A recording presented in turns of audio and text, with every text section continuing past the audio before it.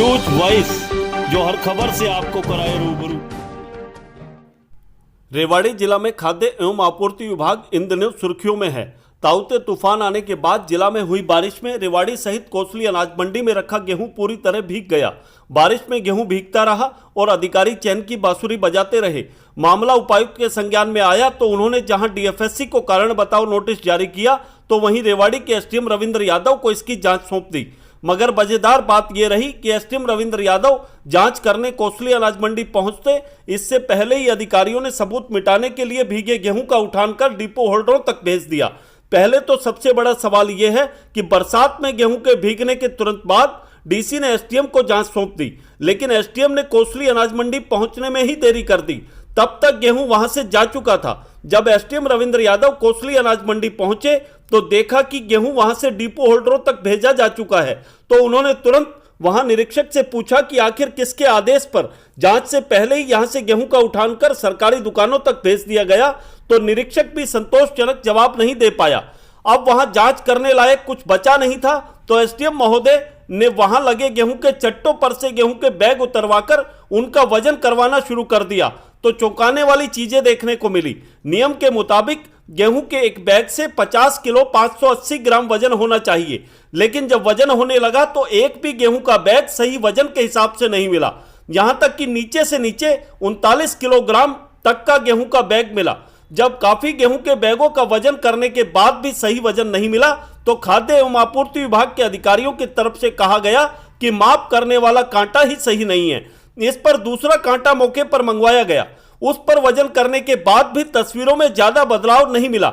इससे साफ जाहिर होता है कि खरीद प्रक्रिया में भी काफी गड़बड़ी थी। अब एसडीएम रविंद्र यादव ने खाद्य एवं आपूर्ति विभाग के अधिकारियों को निर्देश दिए हैं कि जिन डिपो होल्डरों के पास ये गेहूं भेजा गया है उनकी सूची उन्हें उपलब्ध कराई जाए।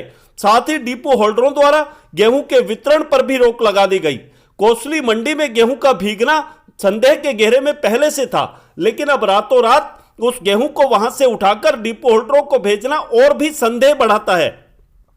जांच का विषय यह भी है कि आखिर किस अधिकारी के आदेश पर जांच से पहले ही भीगे गेहूं को वहां से उठाकर सरकारी दुकानों को गरीबों का निवाला बनने के लिए भेज दिया गया। अगर इस प्रकरण की दर परत दर जांच कराई जाए तो बड़ा गोलमाल सामने आ सकता है।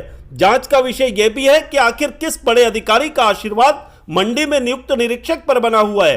अब देखना होगा कि जांच में क्या कुछ निकलकर सामने आता है। लेकिन इतना तो तय है कि गोलमाल करने वाला भी कम शातिर नहीं है।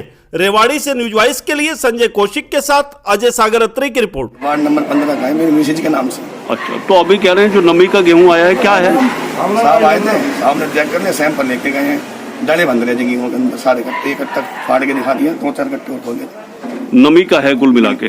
डले भी बंद रहे नमी के साथ साथ। ठीक, कब का गेहूं आया है ये? अगले महीने का आया, जून का। जून महीने का? हाँ, तो अभी बांट दिया आपने? नहीं है, ऐसे आपके सामने रखा है। अच्छा, 51 किलो आ रहा है 51 किलो। तो इसकी शिकायत की थी आप लोगों ने? हमने तो की नहीं थी वैसे। अब साहब यहाँ है अपने की वजह से। अब नमी होगी तो बढ़ेगा ही। शिकायत उपायुक्त महोदय को मिली थी कि बारिश में ये गेहूं गीला हो गया, तो इसकी जांच मुझे प्राप्त हुई।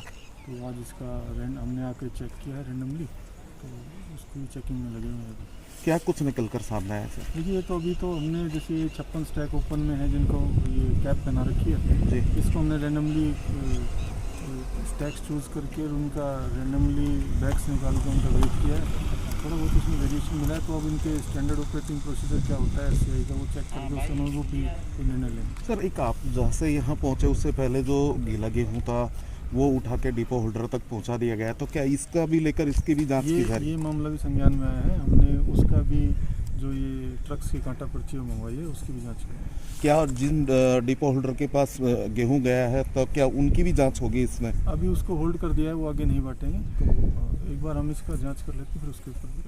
ठीक है सर।